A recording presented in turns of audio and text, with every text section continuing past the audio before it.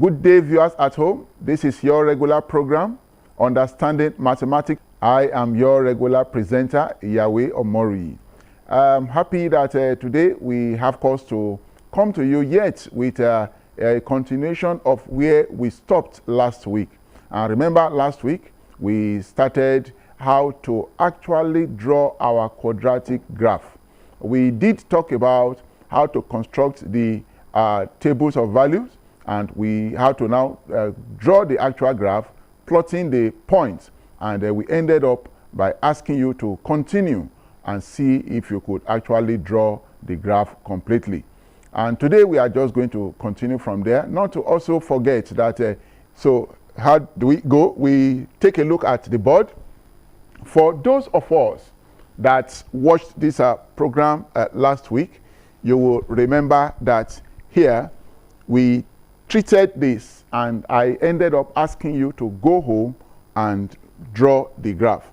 If you look at this, we have seen that why we are trying to draw this graph using a range of -2 to +3.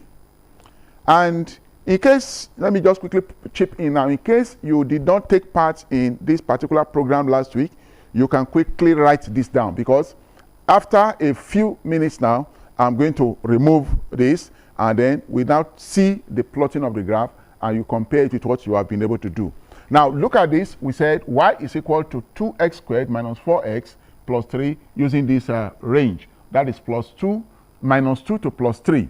Now, we can see now that we did say that you draw your table, and you have your x values here. We start with -2. After -2, you go to -1, then you go to 0, then you go to 1, 2, 3. These three, we ended at 3 because the range is that one that has been given. Now, you now break up the figures that you were given. That is the expression. Look at this. You break it this way. You take the first 2x squared, you put it here. This is 2x squared.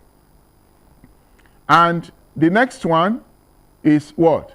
Is another breakage here, which is -4x. So we have -4x. Now, the next one is +3. This is +3.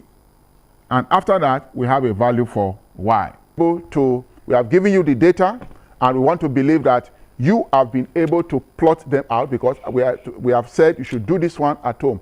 But let's see the difference between this now and what you have done. Remember, last week I told you that to draw a graph, you must have two axes, which is the x-axis and the y-axis. And let's take a look at this. For instance, you place your ruler and draw a straight line.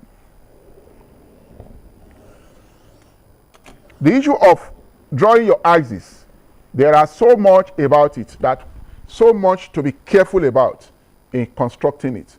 Now, we have taken this, and then we look at the crossed one. We have taken the horizontal, the vertical one. Let's look at the horizontal line.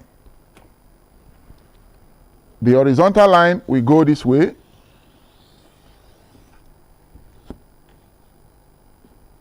Just take a look carefully at that. And we have been able to take this as our horizontal line.